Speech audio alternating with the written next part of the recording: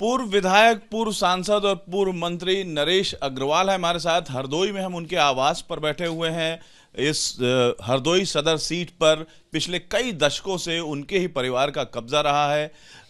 क्या वजह रही कि इतने सालों से इस सीट को आप कहीं और जाने नहीं दिया आप लोगों ने? अब ये तो जनता बता सकती वजह क्या है, लेकिन मैं ये कह सकता हूँ कि एक एक व्यक्ति को नाम से जानना, पहचानना और अपने दोनों के बीच एक पारिवारिक रिश्ता जो हमने बनाया है, उसमें बहुत बड़ी सफलता, एक विश्वास की जो हमने उनके दिल में विश्वास पैदा किया है, वो बहुत बड़ा कारण है। मुंहफट होने के बावजूद? हाँ, मुंहफट होने को जनता इसे अच्छा मानती है।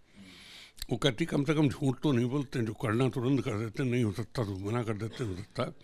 जनता कभी बुरा मेरी बात को नहीं मानती है, क्योंकि मेरी कार्यप्रणाली है कि अगर हो सकता तो 1 मिनट में होगा, नहीं हो सकता तो हम हाथ जोड़ लेते हैं, भाई ये सब होने हमसे।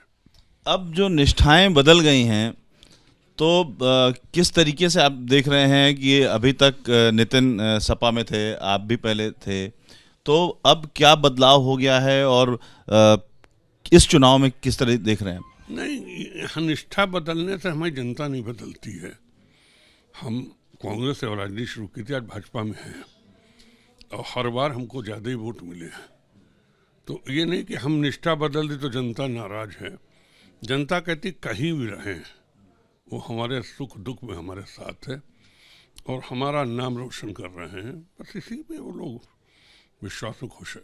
तो अपने स्तर पर यहाँ आपको लोग राजनीति का चाणक्य बोलते हैं, तो क्या लग रहा है इस बार समाजवादी पार्टी और बीजेपी में माना जा रहा है कि अच्छी फाइट है, तो इस लिहाज से कितनी सीटों की उम्मीद कर रहे हैं आप बीजेपी के लिए? हम 8 जीतेंगे।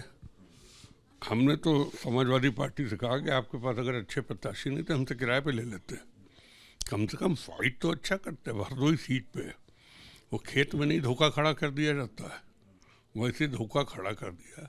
जनरल सीट पे रिजर्व लड़ाने का क्या मतलब, जबकि यहाँ 10 सीटें हैं, 8 MLA की, 2 MP की, उसमें 5 रिजर्व है। वो 6ठी सीट पे भी आपने रिजर्व दे दिया।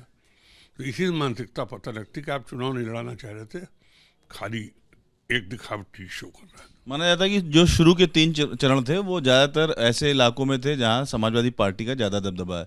पूरे यूपी की अगर बात करें तो आपका अपना आकलन क्या है, कितनी सीटों की आप उम्मीद कर रहे हैं बीजेपी के लिए? पहले दूसरे राउंड में समाजवादी पार्टी का कुछ नहीं था, तीसरे राउंड से जरूर उनके गढ़ में हम लोग गए, चौथे राउंड से फिर गढ़ से बाहर हो गए। तो समाजवादी पार्टी तीसरे और छठे 2 राउंड में लड़ेगी। बाकी में समाजवादी पार्टी का कुछ है नहीं। एक जात पे समाजवादी चुनाव लड़ना चाहे कैसे जीत सकती है? कितनी सीटों की उम्मीद कर रहे हैं? हरदोई में कि यूपी में? पूरे यूपी में। हमारी सरकार बनेगी, बस इतना कह सकते हैं। हमारे नेता सब 300 के पार कह रहे हैं, लेकिन हम इतना जानते हैं हमारी सरकार बनेगी। तो इस तरीके से हरदोई में कुल 8 सीटें हैं, जिसमें 7 सीटें पिछली बार बीजेपी ने जीती थी और 1 सीट नितिन अग्रवाल ने जीती थी, नरेश अग्रवाल के बेटे, और अब सपा छोड़ करके वो भाजपा में आ चुके हैं।